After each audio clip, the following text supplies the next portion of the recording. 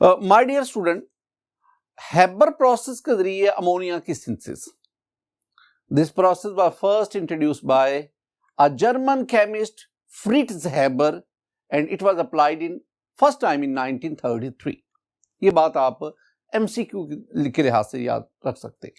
मैंने क्या कहा कि ये जो प्रोसेस है हैबर प्रोसेस, ये एक जर्मन केमिस्ट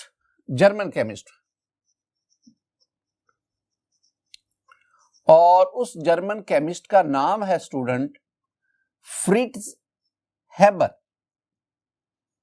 उसने ये जो अमोनिया सिंथेसिस का प्रोसेस सबसे पहले उसने इंट्रोड्यूस करवाया और उसी के नाम पे हम इसे हैबर प्रोसेस भी कहते हैं. और फर्स्ट टाइम ये जो प्रोसेस अप्लाई किया गया वो है 1933. हैबर प्रोसेस के जरिए हम अमोनिया कैसे प्रिपेयर करते हैं. देखें, मेरे पास ये रिएक्शन है N2 nitrogen, this one is a gas, plus H2 another gas, hydrogen gas, और reversible NH3, this one is also a gas, ammonia gas. अब ना अगर मैं इसको बैलेंस करूं तो यहां पे हम 3 moles हाइड्रोजन के लेंगे against 1 mole of nitrogen and we get 2 moles of ammonia. This reaction is exothermic and delta H for this reaction is minus 92.46 kilojoule, not per mole, only kilojoule. My dear student, this was the reaction for the preparation of ammonia, for the synthesis of ammonia. 2 reactant है इसमें, एक है nitrogen, एक है hydrogen. ये reactant कहां से आते हैं? माय डियर स्टूडेंट, नाइट्रोजन जो है, nitrogen is obtained by the fractional distillation of air. हवा की फ्रैक्शनल डिस्टिलेशन से नाइट्रोजन को सेपरेट किया जाता है. और हाइड्रोजन कहां से आता है? Hydrogen is obtained from methane. जब मीथेन का स्टीम के साथ रिएक्शन करवाएंगे we get hydrogen along with carbon monoxide. तो ये बात याद रखनी है, ये आपसे एंटी टेस्ट या किसी एमसीक्यू टाइप को एग्जाम में पूछा जा सकता है. अमोनिया प्रिपरेशन के लिए nitrogen is obtained by the fractional distillation of air while hydrogen is obtained from methane. जब मीथेन का स्टीम से रिएक्शन करवाते हैं तो हाइड्रोजन के साथ साथ आपके पास कार्बन मोनोऑक्साइड भी आ सकते हैं. दूसरी बात, ये जो अमोनिया है, अमोनिया बहुत वास्ट इसकी प्रोडक्शन होती है ऑल ओवर द वर्ल्ड, बहुत बड़े पैमाने पर. हमारी बुक के मुताबिक सालाना 110 मिलियन टन्स अमोनिया की प्रोडक्शन, ये बहुत ज्यादा मिकदार में प्रोड्यूस होता है. और इसकी large scale preparation, industrial preparation, उसके लिए ये हैबर प्रोसेस ही इस्तेमाल किया जाता है. माय डियर स्टूडेंट, अब हम पढ़ना चाहते हैं कि हम अमोनिया की यील्ड को मैक्सिमाइज कैसे कर सकते हैं. हम मैक्सिमम यील्ड ऑफ अमोनिया उसको किन तरीकों से हासिल कर सकते हैं. हमारी ये सारा का सारी जो डिस्कशन है that based upon Le Chatelier principal.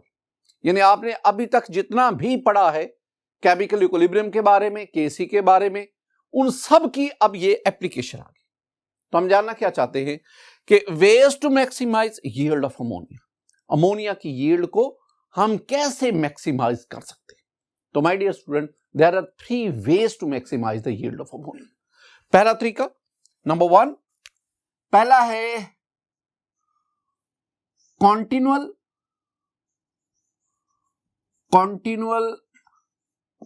withdrawal of ammonia. Continual, मुसलसल, मैं यूं कहूंगा आफ्टर रेगुलर इंटरवल, बाकायदा वक्फों के बाद आपने मुसलसल अमोनिया को आपने विड्रॉल मीन रिमूवल, आपने रिएक्शन मिक्सचर में से अमोनिया को रिमूव करवाते जाना. 1-2 बातें जरा ज़हन में बिठाना. जब आपके पास स्टूडेंट अमोनिया प्रिपेयर होता है ना, अमोनिया। यानी आपने क्या किया, आपके पास है नाइट्रोजन हाइड्रोजन का रिएक्शन हुआ, आपके पास अमोनिया बना। This one is the equilibrium mixture. ये मेरे पास इक्विलिब्रियम मिक्सचर आ गया। अब इस इक्विलिब्रियम मिक्सचर में you have three gases, you have the nitrogen, you have the hydrogen and you have the ammonia. ये तीन गैसेस है। इक्विलिब्रियम मिक्सचर में से, इक्विलिब्रियम स्टेट में से, इनमें जो अमोनिया है, अमोनिया 35% बाय वॉल्यूम है, 35%, और ये जो दोनों गैसेस हैं they are 65% by volume. By volume में बात कर रहा हूं। इसका मतलब क्या, क्यों ये 35% क्यों? माय डियर स्टूडेंट, इस कंटेनर के अंदर तीन गैसेस हैं और इन तीनों गैसेस के नंबर ऑफ मोल्स देख लें, 2 moles of ammonia, 3 moles of hydrogen, 1 mole of nitrogen. तो टोटल आपके पास 6 मोल्स ऑफ 3 गैसेस। अब इन 6 मोल्स में से जो 4 मोल्स है वो रिएक्टेंट गैसेस के हैं और जो 2 मोल्स है वो अमोनिया के हैं। इसका मतलब है पूरी जो स्पेस है, जो पूरा वॉल्यूम है, उसमें 35% volume is occupied by the ammonia, while the remaining 65% is occupied the reactant gases. This reaction is reversible. Both reactant and products are present. दोनों मौजूद है।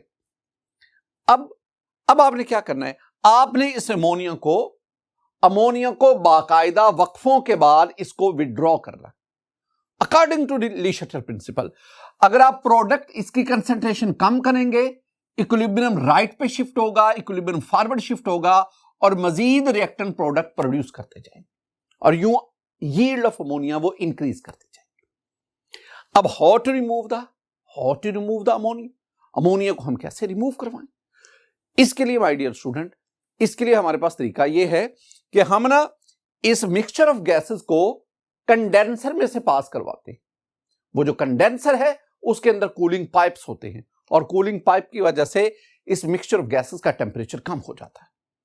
आप जानते हैं the boiling point of ammonia is -34 degree centigrade, -33.7, -34 degree centigrade. इसका मतलब क्या हुआ कि जब इसके अंदर टेम्परेचर -33-34 डिग्री सेंटीग्रेड होगा, अमोनिया जो गैस है वो लिक्विड में कन्वर्ट हो जाएगी और कंडेंस होकर लिक्विड में कन्वर्ट होकर ये बाकी दोनों जो है नाइट्रोजन और हाइड्रोजन का बॉइलिंग पॉइंट बहुत कम है, ये अभी गैसियस स्टेट में ही रहेंगी, जबकि अमोनिया कंडेंस होकर लिक्विड में कन्वर्ट हो जाएगा और उस लिक्विड अमोनिया को मिक्सचर से सेपरेट कर दिया जाता है। This one is the withdrawal, this one is the removal of ammonia. अब जरा देखें, ये मेरे पास ना मिक्सचर ऑफ गैसेस है, इसको हम कंडेंसर में से पास करवाते हैं। कंडेंसर के अंदर ये कूलिंग पाइप्स हैं और इन कूलिंग पाइप्स की वजह से नाइट्रोजन और hydrogen they remain in the gaseous state while the ammonia condenses into the liquid state and this liquid ammonia is separated. ये जो नाइट्रोजन और हाइड्रोजन है ये दोबारा जो है ये रिएक्टेंट मिक्सचर उसमें शामिल होती जाती है और ये रिएक्शन कंटिन्यू रहता। पहला तो ये आ गया कि we want to maximize the yield of ammonia by continual withdrawal of ammonia, I mean at regular intervals ammonia को विड्रॉ करते जाते। दूसरा, नंबर 2 पे दूसरा जो पॉइंट आप ज़हन में रखेंगे वो है बाय increasing the pressure।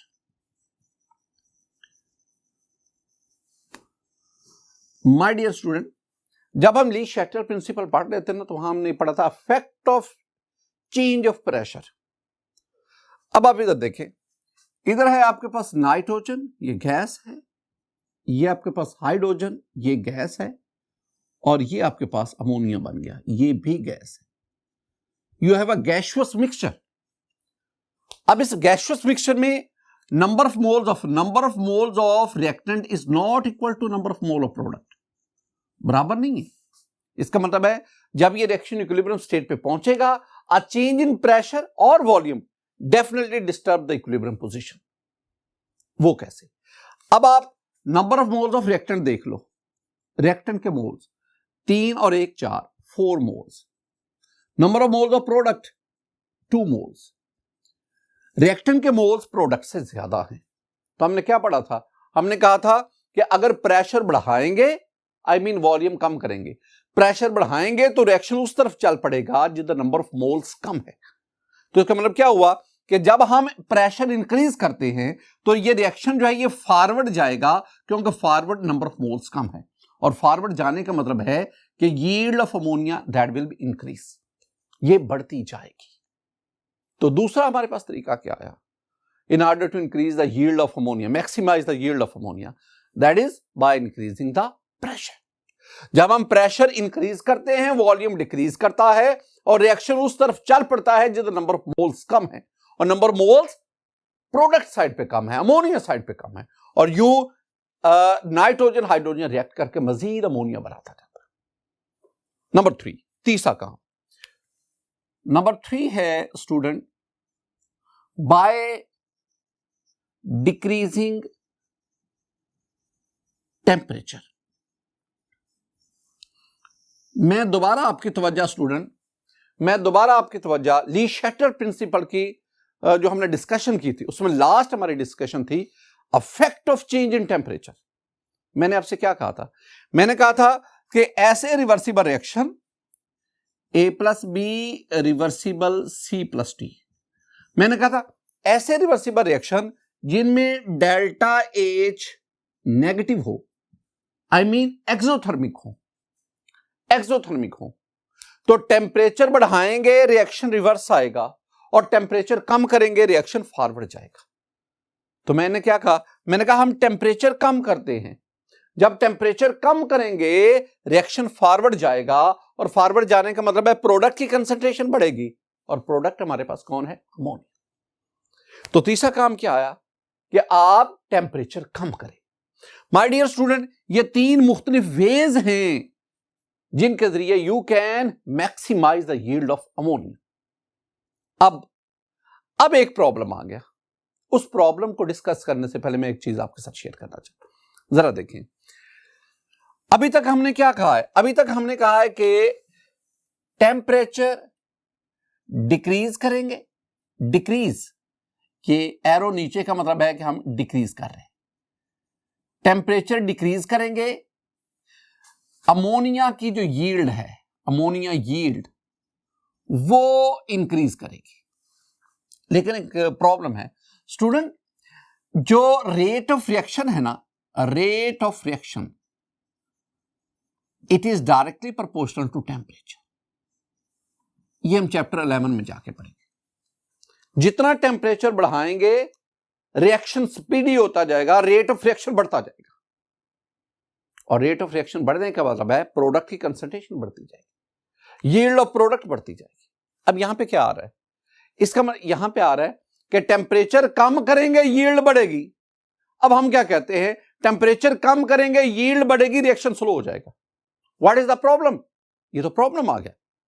अभी मजीद इस प्रॉब्लम को हम आइडेंटिफाई करते हैं। जरा देखना, मेरे पास है इफेक्ट ऑफ टेम्परेचर ऑन केसी।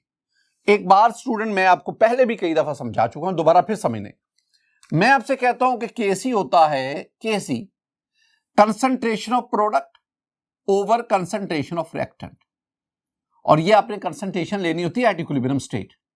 फिर मैंने आपको समझाया था कि KC is directly proportional to concentration of product. अगर किसी रिएक्शन की केसी ज्यादा होगी it means concentration of product ज्यादा है, और अगर केसी कम होती जाएगी it mean concentration of product कम होती जाएगी। अब दूसरी बात हमने ये भी पढ़ी थी कि केसी जो है वो टेम्परेचर पे डिपेंड करती है। अब हमारे पास जो सिचुएशन है, इस सिचुएशन में जो हमारा रिएक्शन है उसमें डेल्टा H जो है वो नेगेटिव है। आई मीन हमारे पास जो सिचुएशन है इसमें ये एक्सोथर्मिक है, एक्सोथर्मिक। और अगर एक्सोथर्मिक रिएक्शन होगा तो टेम्परेचर बढ़ाने पर, अगर आप टेम्परेचर इंक्रीज करेंगे तो केसी कम होगी। यानी एक्सोथर्मिक रिएक्शन हमें क्या बताता है, एक्सोथर्मिक रिएक्शन हमें बताता है कि temperature is inversely proportional to KC. मैं केसी को अगर कंसंट्रेशन ऑफ प्रोडक्ट कह रहा हूं तो इनडायरेक्टली मैं क्या कह रहा हूं, मैं कह रहा हूं कि temperature is inversely proportional to concentration of product. यही बात तो हम ऊपर करके आए। माय डियर स्टूडेंट, मेरी इस बात को, ये जो टेबल है, ये जो टेबल अब आपको बताने जा रहा हूं, ये मेरी बात को मजीद मजबूत करता है। जरा देखिए, मेरे पास ये एक टेबल है, इस टेबल में ये इस साइड पे हमारे पास टेम्परेचर है। This temperature is in kelvin, ये केल्विन में मैंने टेम्परेचर लिया। टेम्परेचर देख लो, 100 डिग्री, 200, 300, 400, 500, ये केल्विन में है। अब इस टेम्परेचर के कॉरेस्पॉन्डिंग आपके एसी की वैल्यू देख ले, टेम्परेचर बढ़ रहा है 200, 300, 400, 500 केल्विन, टेम्परेचर बढ़ रहा है, लेकिन केसी की वैल्यू अगर आप देखेंगे वो कम हो रही है। केसी की वैल्यू पहले 10⁻15, फिर 10⁸ कम हो रही है। और अगर आप नीचे आप देखेंगे 10⁻⁻1, 10⁻⁻2, तो ये टेबल हमें क्या बता रहा है? ये हमें बता रहा है with the increase in temperature the KC decreases. Temperature बढ़ता है, केसी कम होती है, और अगर केसी कम होगी तो कंसंट्रेशन ऑफ प्रोडक्ट कम होगी। या दूसरे अल्फाज में, अगर टेम्परेचर कम होगा, a decrease in temperature, it increase the concentration of product, I mean it will increase the yield of ammonia. यहां पे एक प्रॉब्लम आ गया, अभी भी वही प्रॉब्लम जो मैं आपसे डिस्कस कर रहा हूं। टेम्परेचर कम करेंगे, यील्ड ऑफ अमोनिया बढ़ेगी, लेकिन रिएक्शन स्लो हो जाएगा। दिस वन इज, आज जो हमारी डिस्कशन है ना, इस पूरी डिस्कशन का जो महवर है, जो मरकज है, वो यही पॉइंट है। मैं मजीद एक बात करके फिर इस क्वेश्चन का आंसर देता हूं। My dear student, graphical explanation, मैं आपके साथ एक ग्राफ शेयर करता हूं, और उस ग्राफ में हम इसी बात को देखना चाहते हैं। हम उस ग्राफ में क्या देखना चाहते हैं? हम देखना चाहते हैं कि परसेंटेज यील्ड ऑफ अमोनिया, इसका दो चीजों के साथ क्या ताल्लुक है? एक टेम्परेचर के साथ, दूसरा प्रेशर के साथ। मैं जानना क्या चाहता हूं? मैं जानना चाहता हूं, मैं इंडस्ट्रियल कंडीशन जानना चाहता हूं। इंडस्ट्रियल कंडीशंस, मैं चाहता हूं कि टेम्परेचर और प्रेशर की कौन सी वैल्यू ली जाए जिस पर हमारे पास ऑप्टिमम अमोनिया हासिल हो सके। मैं इंडस्ट्रियल कंडीशन जानना चाहता हूं स्टूडेंट, मैं ऑप्टिमम कंडीशन जानना चाहता हूं। वो टेम्परेचर और प्रेशर की वो कौन सी कंडीशन है जिस पर मेरे पास मैक्सिमम यील्ड ऑफ अमोनिया हासिल हो। जरा इस ग्राफ को देखिए माय डियर स्टूडेंट, मेरे पास ये जो ग्राफ है ना, इस ग्राफ में हम एक्स एक्सिस पर टेम्परेचर को लेते हैं 200 डिग्री सेंटीग्रेड में 200, 300, 200, 250, 300, 350, 400, 450, 500, 550, ये एक्स एक्सिस पे टेम्परेचर आ गया। वाई एक्सिस पे we have the percentage yield of ammonia, और इसमें आप देखें तो परसेंटेज यील्ड में मेरे पास ये 0 है, 10 है, 20 है, 30 है, 50 है, 40 है, 50 है, 60 है। वाई एक्सिस पे हमारे पास परसेंटेज यील्ड ऑफ अमोनिया आ गया। मैं ना 5 मुख्तलिफ प्रेशर कंडीशन पर ग्राफ प्लॉट करता हूं। मैंने 100 पे, 300 पे, ये 600 पे, 1000 पे, ये मुख्तलिफ प्रेशर जो है उस पर मैंने ग्राफ प्लॉट किया। माय डियर स्टूडेंट, अगर आप इस ग्राफ को देखें, एक चीज बहुत क्लियर है कि मेरे पास जो मैक्सिमम यील्ड ऑफ अमोनिया हासिल हो रही है, जो तकरीबन 100 के करीब है, जो मैक्सिमम यील्ड ऑफ अमोनिया हासिल हो रही है, वो at high pressure 1000 atmosphere, high pressure और लो टेम्परेचर पे है। इसका मतलब क्या हुआ? इसका मतलब हुआ कि वेरी हाई प्रेशर और very low temperature, it gives us maximum yield of ammonia. लेकिन ये जो दो बातें हैं, हाई प्रेशर, लो, इस पर रिएक्शन बहुत स्लो हो जाता है। यील्ड बढ़ जाती है, रिएक्शन स्लो हो जाता है। तो फिर इंडस्ट्रियल कंडीशन क्या है? इंडस्ट्रियल कंडीशन ये है जो मैंने सर्कल लगाया। इस सर्कल पर जो प्रेशर आपके पास है वो 200 से 300 की रेंज में है, 200 से 300 की रेंज में, और इस पर आपके पास जो टेम्परेचर आ रहा है वो 400 डिग्री सेंटीग्रेड की रेंज में। This one is the industrial condition. मैंने दो बातें की है, जरा देखना। मैंने आपसे कहा कि अगर आप मैक्सिमम यील्ड ऑफ अमोनिया लेना चाहते हैं ना, my dear student, maximum yield का मतलब है कि नियरली 100%, तो वो कहां पे होगी? वो very high pressure, very high pressure, और वो प्रेशर कितना है, अबाउट 100 एटमॉस्फेयर, और लो टेम्परेचर, और टेम्परेचर कितना है, वो टेम्परेचर जो है वो राउंड अबाउट 200 डिग्री सेंटीग्रेड। लेकिन मैंने क्या कहा कि इस पर यील्ड मैक्सिमम होगी, लेकिन लो टेम्परेचर की वजह से rate of reaction is very slow, reaction बहुत स्लो हो जाएगा। एक मेरी बात को सुनना, मैं कहना क्या चाह रहा हूं माय डियर स्टूडेंट। एक ना जरा एक एवरीडे लाइफ से एक एग्जांपल आपको समझाता हूं। मेरे पास एक साइड पे ब्रिक्स हैं, ईंटें हैं, बहुत ज्यादा ब्रिक्स पड़ी हुई हैं। मैं एक मजदूर को कहता हूं कि जनाब ये आपके पास रेडी है छोटी, वो हाथ वाली रेडी जो है, हैंड कैरियर, आपने इन ब्रिक्स को, इन ईंटों को यहां से वहां तक छोड़ा है, ये उसकी जॉब है, ये उसका काम है। अब वो क्या करता है, वो मजदूर ये करता है कि वो ना बहुत सारी ब्रिक्स, ईंटें उस रेडी में भर लेता है, बहुत सारी, आप कह लें कि 100 से 110 तक। अब वो बहुत सारी ब्रिक्स होगी, ईंटें होंगी, अब वो उसको लेके दूसरी तरफ जा रहा है। अब वो स्लो चलेगा, स्लो, अब वो उधर छोड़ आएगा। अब हुआ क्या भला, उसने ब्रिक्स को यहां से यहां ले जाना, आप समझ लें रिएक्टेंट से प्रोडक्ट में कन्वर्ट करें, तो उसने बहुत सारी ब्रिक्स तो दूसरी तरफ मुंतकिल कर दी, लेकिन स्लो गया, I mean rate of reaction कम है, यील्ड ज्यादा है, लेकिन रिएक्शन क्या है, स्लो है। मैं उसे कहता हूं यार ये तुम क्या कर रहे हो, ये इस तरह तुम स्लो काम कर रहे हो। वो गुस्से में आ गया। अब उसने क्या किया, उसने ना दोबारा गया, उसने 3-4 ब्रिक्स, ईंटें उसके ऊपर रखी और भाग के दूसरी तरफ ले गया। अब क्या है, अब उसने एक से दूसरी तरफ 110 ब्रिक्स मुंतकिल नहीं की, यील्ड ज्यादा नहीं है, अब 4 से 5 ब्रिक्स उसने दी। पहले उसकी स्पीड स्लो थी, अब स्पीड क्या है, ज्यादा है। तो पहले वाले केस में क्या था, पहले वाले केस में यील्ड ज्यादा थी, रेट ऑफ रिएक्शन स्लो था। दूसरे वाले केस में यील्ड कम है, लेकिन आनियां जानियां ज्यादा है, स्पीड ज्यादा है। तो फिर क्या किया जाए, अब इसकी ना आपको ना बीच वाली जो सूरत हाल है ना उसको ले, यानी जिस पे यील्ड भी बेहतर हो और उसकी स्पीड भी अच्छी हो, रेट ऑफ रिएक्शन भी बेहतर हो और यील्ड भी अच्छी हो, that is called the industrial condition, that is called the optimum condition.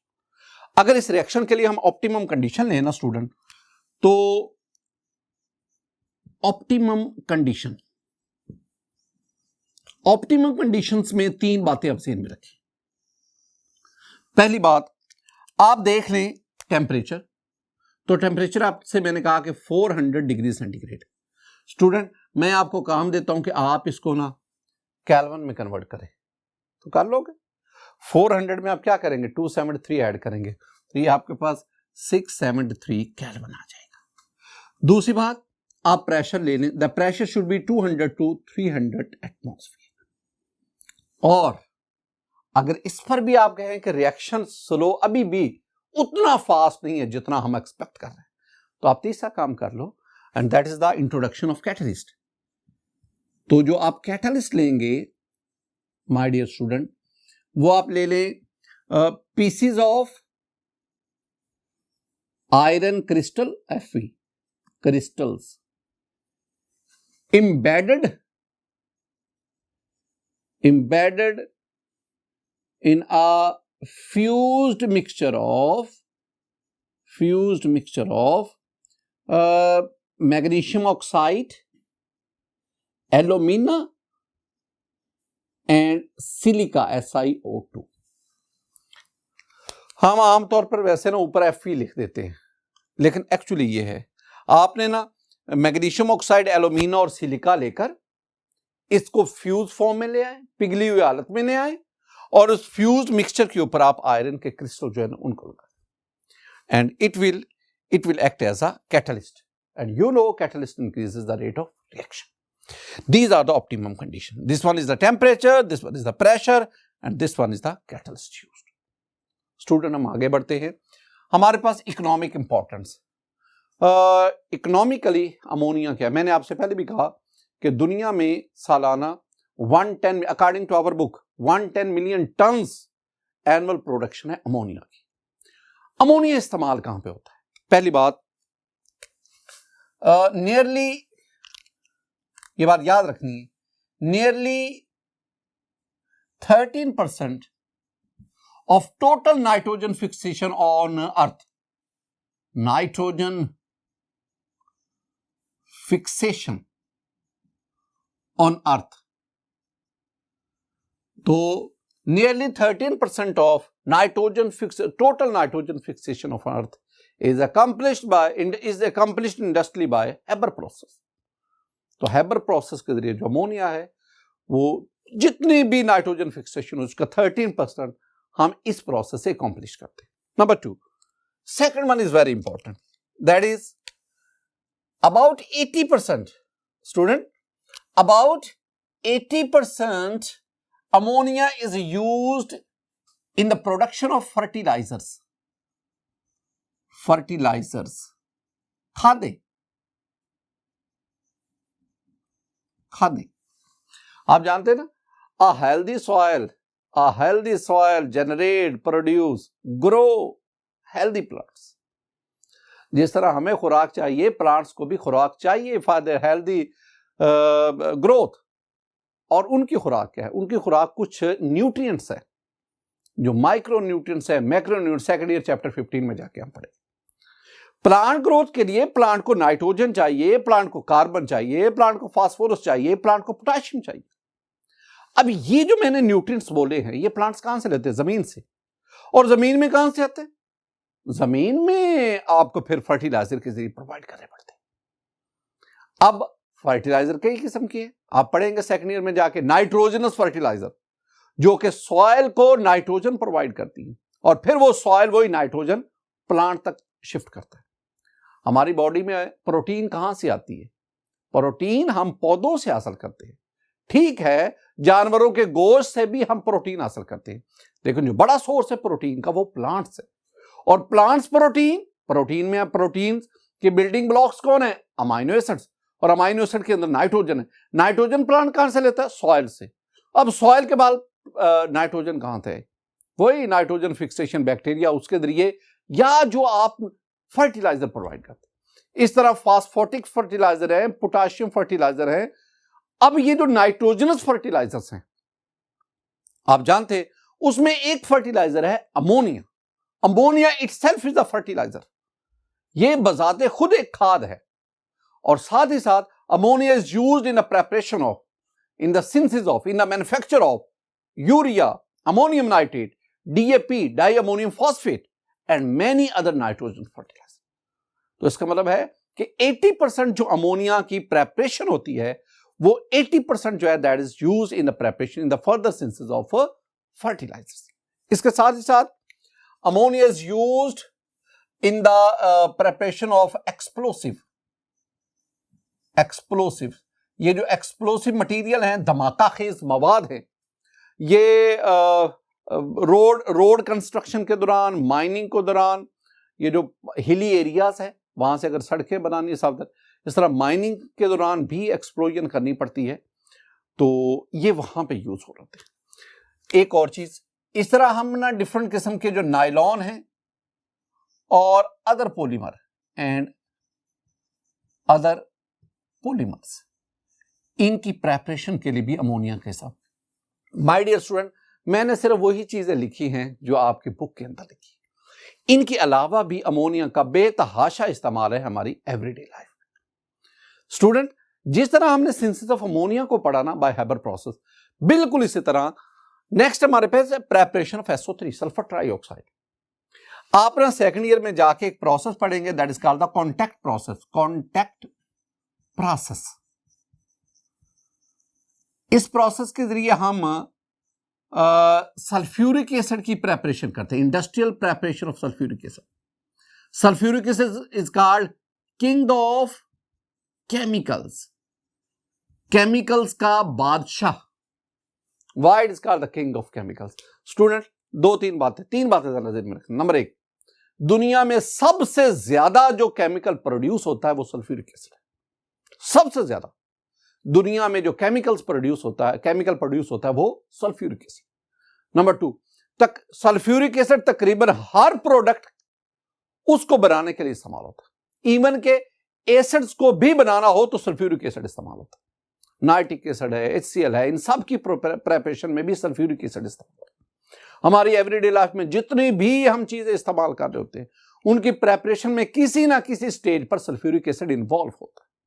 और तीसरी बात, UNO के मुताबिक, यूनाइटेड नेशन ऑर्गेनाइजेशन के मुताबिक, अगर आप किसी भी मुल्क की तरक्की, उसकी शरह को जानना चाहते हैं तो आप उस मुल्क में एनुअली सल्फ्यूरिक एसिड प्रोडक्शन उसको मेजर कर लो। किसी भी मुल्क में एनुअली जितना ज्यादा सल्फ्यूरिक एसिड प्रोड्यूस होता है उतना वो तेजी से प्रोग्रेस कर रहा है, तरक्की कर रहा है। सल्फ्यूरिक एसिड की इंडस्ट्रियल प्रिपरेशन के लिए हम कॉन्टैक्ट प्रोसेस इस्तेमाल करते हैं। This process consist of various steps और इनमें एक बहुत इंपॉर्टेंट स्टेप है, that is the preparation of SO3, sulphur trioxide की प्रिपरेशन। और उस प्रिपरेशन में हम क्या करते हैं, हमारे पास है ये sulphur dioxide SO2, this one is a gas, plus O2, this one is also a gas, and we have 2SO3, this one is also a gas. ये वाला अगर मैं इसके delta H value according to our book that is -194 kilo joule, this one is the reaction. अब इसमें भी आपने वही चीजें याद रखनी है, वही चीजें डिस्कस करनी है जो आपने हैबर प्रोसेस में पढ़ी। माय डियर स्टूडेंट, पहली बात आपने इसमें वो ways to maximize yield of SO3, आप SO3 की यील्ड को कैसे बढ़ा सकते हैं, इसके लिए वही 3 तरीके आपके पास हैं जो मैंने उधर डिस्कस की। वही क्यों है माय डियर स्टूडेंट, इस रिएक्शन की नेचर भी वही है जो आपके अमोनिया में पड़ी। वहां पे भी अमोनिया राइट साइड पे, नाइट्रोजन हाइड्रोजन लेफ्ट साइड पे, यहां भी वही है।